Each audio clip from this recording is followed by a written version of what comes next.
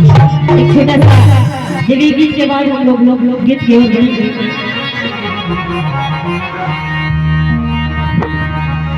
पारंपरिक गीत जो कि हर किसी के घर में बिना माता बहने इसको गाए हुए किसी कार्य को शुरू नहीं करती है, वही मैं गीत आप सबको सुना रही हूँ। नीलिया की डाढ़ मैया और लावेली झूल हवा, हो की झूल रे झूली। एक बार बोलिए माता रानी की। नीलिया की डाढ़ झूल हवा, हो की झूल रे झूली।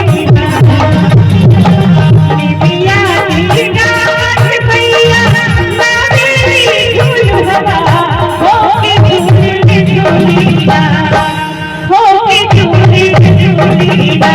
गीता से बैला गावेली नीलिया की झूल रे झूली।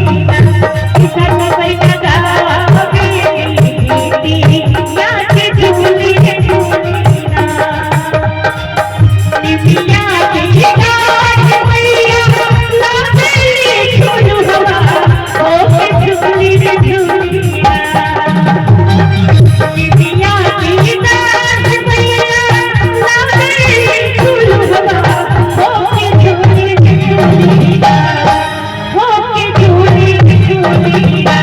गीता से बैला गावेली नीलिया की झूल रे झूली। गीता से बैला